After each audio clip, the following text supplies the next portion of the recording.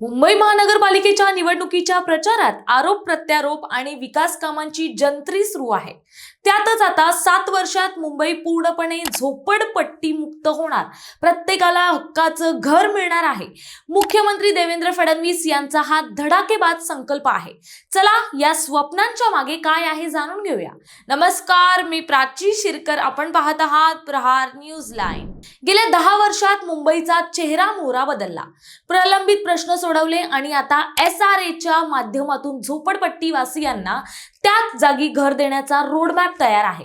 त्यामुळे पुढील 7 वर्षात मुंबई झोपडपट्टी मुक्त करू असं आश्वासन मुख्यमंत्री देवेंद्र फडणवीस यांनी कांदिवलीतल्या प्रचार सभेत दिले। याच प्रचार सभेत मुख्यमंत्री फडणवीस यांनी ठाकरे बंधूंच्या युतीवर हल्लाबोल केला।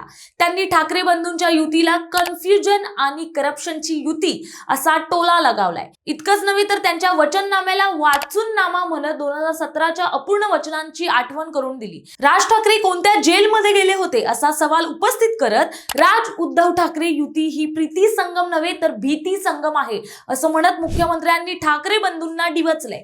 मराठी हिंदू महापौर येईल असं मुख्यमंत्र्यांनी ठामपणे सांगितलंय। दुसरीकडे फडणवीस सरकारनं क्लस्टर रिडेव्हलपमेंट योजना सुरू केली आहे। 50 एकरच्या झोपडपट्टी क्लस्टरसाठी मंजुरी दिली आहे। पहिल्या फेजमध्ये 17 ठिकाणं निवडली गेली, ज्यात अँटॉप हिल, चेंबूर, मालवणी यांचा समावेश आहे। तर SRA अभय स्कीम डिसेंबर 2026 पर्यंत वाढवली आहे। धारावी, बीडीडी-चाळ, माता रमाबाई आंबेडकर नगर यांसारख्या प्रकल्पात प्रगती होते। 14,000 नागरिकांना घरं मिळाली। धारावी पुनर्विकास 2 लाख कोटींचा आहे।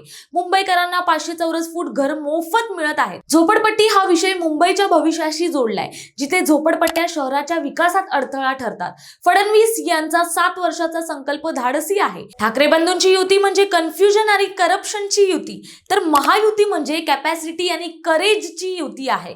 मुंबईला झोपडपट्टी मुक्त करण्याचा संकल्प राजकीय वादाच्या पलीकडे जाऊन शहराच्या विकासासाठी महत्त्वाचा आहे आणि सध्याच्या प्रगतीमुळे हे स्वप्न साकारण्याची आशा वाढली आहे, कारण हे फडणवीस सरकार आहे। तुम्हाला काय वाटतं हे आम्हाला कमेंट्स करून नक्की कळवा आणि अशाच नवनवीन राजकीय विश्लेषण पाहण्यासाठी पाहत रहा प्रहार न्यूज लाईन। धन्यवाद।